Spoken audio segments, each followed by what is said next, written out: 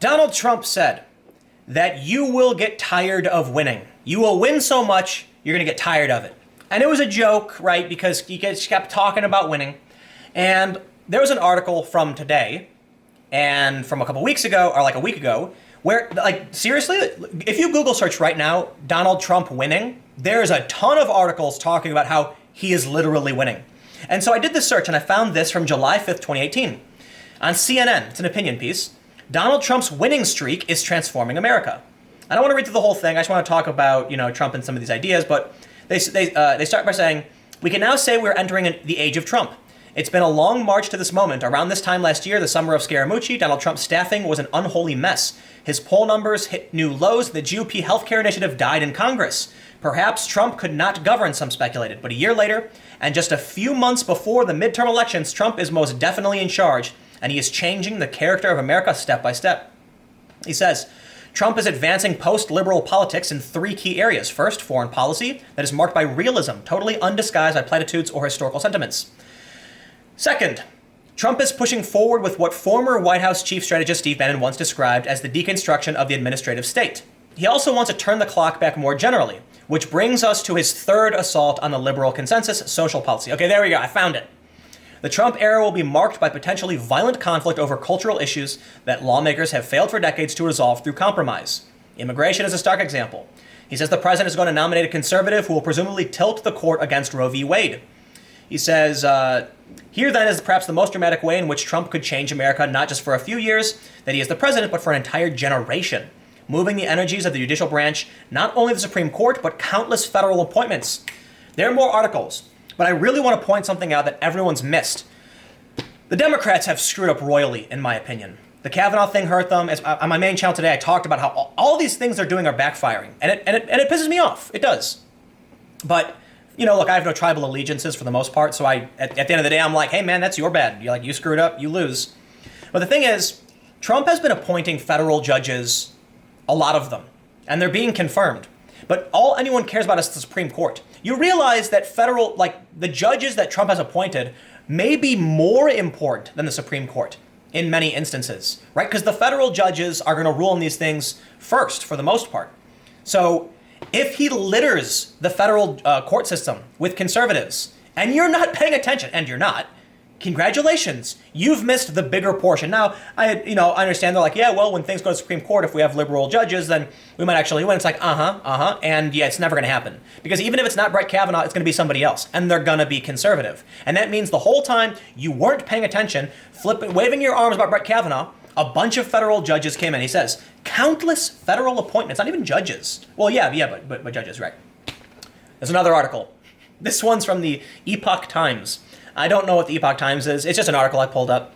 This one's from September 28th, updated on the 2nd. Trump continues his big winning streak.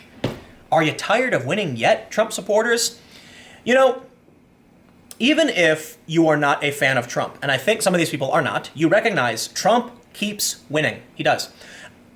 Just because he keeps winning doesn't mean he isn't losing, though. Right? What these stories, at least the first one, fail to include is that Trump may have a win. I have another story, by the way. I have another story about a winning streak from Trump that's actually from yesterday. The point is, if you focus on the areas where Trump is winning, you can call it a winning streak. But in a lot of areas, Trump has been obstructed pretty heavily. And he's got a bunch of appointments that aren't being confirmed, a bunch of staff that isn't being confirmed. A lot of people have been fired. A lot of people have resigned. So it just depends on how you frame it. But I think the important thing to realize is, you want to call it a winning streak, fine. Trump is winning. He's winning a lot, right? At the time of filming this, they haven't voted on Kavanaugh yet. It's very likely he's gonna become the Supreme Court justice. So this one starts by saying, I wrote an article in late December 2017 about Trump's consequential and positive first year in office. The list of his successes was, and still is, impressive. And that's funny, because the other article we read was talking about how his first year was bad. This one's saying it's good. Our leftist media describes the Trump presidency as tumultuous, a construct they have manufactured, one that doesn't exist. Investigative journalist Bob Woodward's new book, Fear, Trump in the White House, is a perfect example. In his recent interviews, Woodward has described the Trump White House as a fractious, out of control, and flailing.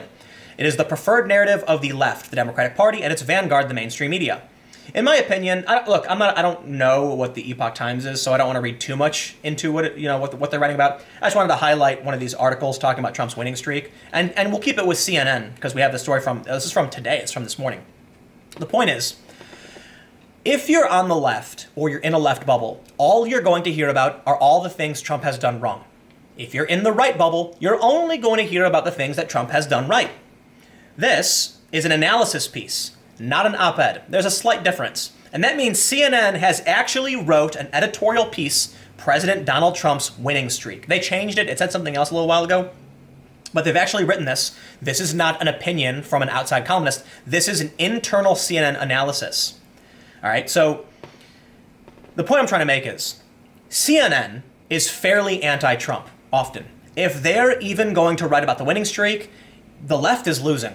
They are. They might win back the House, for sure. It's considered to be very, very likely they win back the House, but who knows? The point is, whatever your opinion, right now, CNN, Trump is winning, okay? And that's something that people shouldn't ignore. And you know what? I know there's going to be a bunch of people on the left who they're not going to want to hear it, and they're going to say, no, I refuse. Listen, ignore this at your own peril. Never underestimate your opponent. If you're going to sit here and say, Trump isn't winning, I refuse to believe it, we're going to win in the midterms. Don't let your guard down. Win the war before it starts, right? That means you should read these things, and you should watch videos like mine, and you should say, I need to pay attention to what guys like Tim are saying, right? Because I'm a moderate social liberal.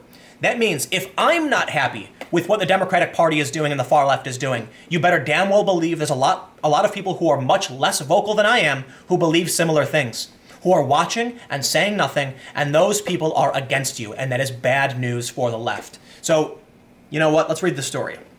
Donald Trump may have never had a better time being president. Only a re-election party on the night of November 3rd, 2020 could possibly offer the same vindication for America's most unconventional commander-in-chief as the 36 hours in which two foundational strands of his political career are combining in a sudden burst of history. Trump will become an undeniably consequential president with the Senate due to vote Saturday to confirm Brett Kavanaugh to the Supreme Court, consecrating the conservative majority that has long been the impossible dream of the GOP. On Friday, Trump had celebrated the best jobs data for 49 years as the unemployment rate dipped to 3.7%, offering more proof of a vibrant economy that the president says has been unshackled by his tax reduction program and scything cuts to business regulations. While his 2016 election campaign was the most notable for swirling chaos and shattered norms, Trump's vows to nominate conservative judges at the Supreme Court and to fire up the economy were the glue for his winning coalition. This is some serious shit from CNN, man. The struggle to confirm Kavanaugh split the country, deepened mistrust festering between rival lawmakers, and threatens to further drag the Supreme Court into Washington's poisoned political stew. But Trump stuck with it and ground out a win. Well, we're presuming he got a win. Look, by the time you watch this video, we're going to know for sure, presumably, right? Right now, though, CNN is making that assumption, and they could be right. They could be right. So he has every right to return to voters in the next 4 weeks ahead of the midterm elections to argue he has done exactly what he said he would do. He now has a strong message to convince grassroots Republicans that it's well worth showing up at the polls. And you know what? Yes, and the Kavanaugh hearing was never going to stop Brett Kavanaugh. All it did was rouse the GOP to vote in the midterms. Polls are showing the Democratic advantage is gone. Trump won. Presumably, he won his Supreme Court justice pick, and the whole hubbub that the Democrats threw with their hands waving in the air resulted in helping more Republicans. Seriously, what is wrong? Strategy, man. Something I refer to as the Chinese finger trap problem I've talked about a lot on both of my channels. The Democrats think the solution to getting out of this trap is to pull as hard as they can. All that does is make the trap tighter. They say, we must resist Brett Kavanaugh by any means necessary. And they do, and they've just hurt themselves in the midterms. You didn't do anything. You didn't stop Kavanaugh. You didn't rouse Democratic voters more than the Republicans. You only roused Republicans. What were you thinking? Where was the strategy? You lost the 2016 election, flailing about and pulling. The 2016 election is the trap placed in the Democrats. And their response this whole time has been to just keep pulling as hard as they can. And what they're doing is they're looking to their left, to the far left, and saying, hey, grab my arm and pull harder. All that does is make things worse. Now you've got the fringe left pulling on the left arm of the Democrats. And yes, believe it or not, the fringe people on the right and the alt-right like what the far left is doing. And they're saying, hey, the far left is actually causing harm to the moderate left in this country. Let's pull on the other side.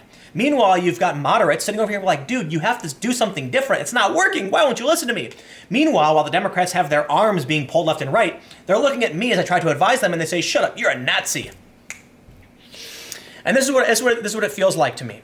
Numerous articles over the past several months talking about Donald Trump's winning streak, about how Donald Trump is going to speak before the GOP base in the midterms and tell them, here's how much I've won.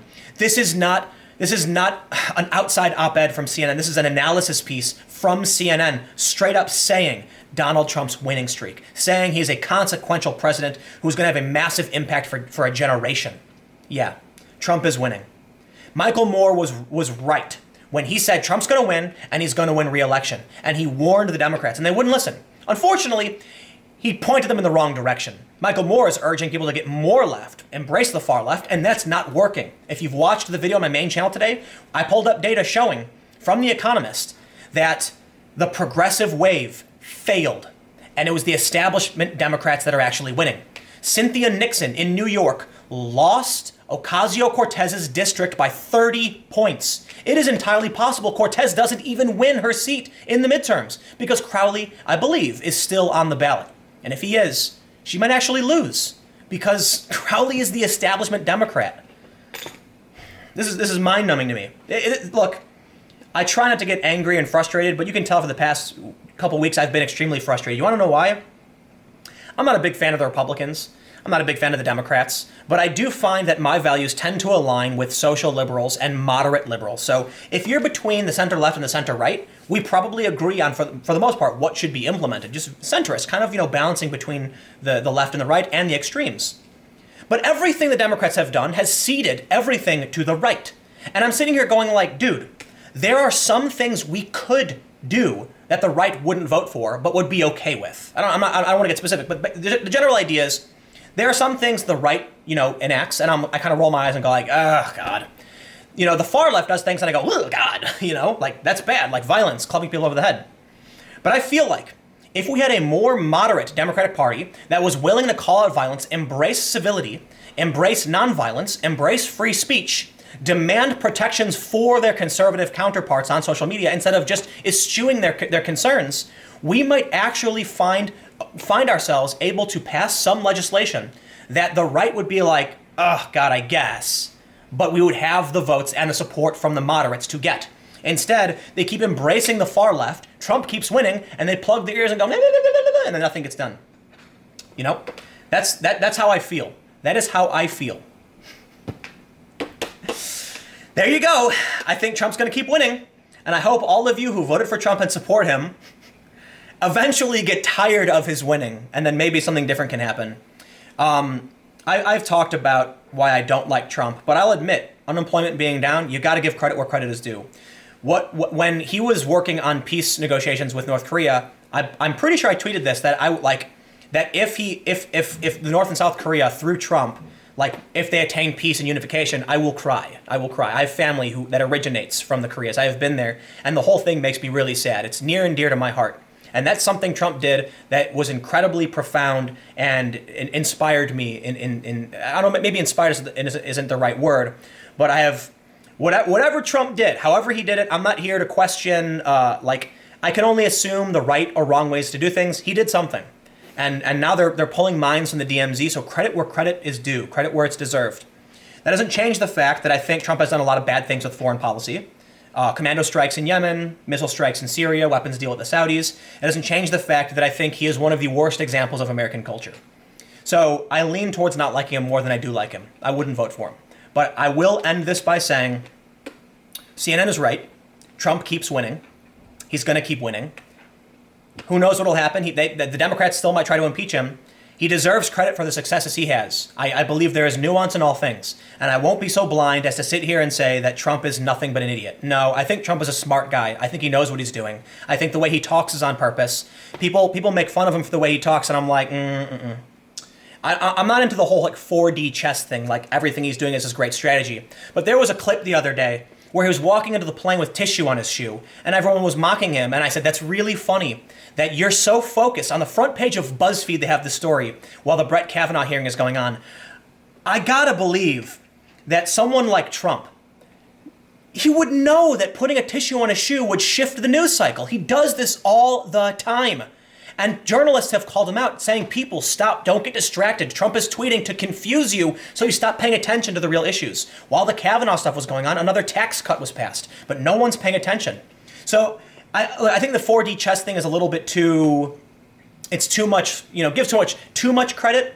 But I don't think it would be wrong to say that Trump does have a strategy. He does have a plan, and he is doing things on purpose. He's written about a lot of the things he's done in books in the past, explaining his strategy for how to make things work. So, I don't know. Long story short, Trump absolutely deserves the credit for the things that are working. 49-year low for unemployment is amazing. Record unemployment in minority communities really is amazing. And you know what? There you go. I mean, what else can you say? I'm pretty sure I'll keep winning. Anyway, thanks for hanging out. I'll see you all tomorrow on the main channel at 4.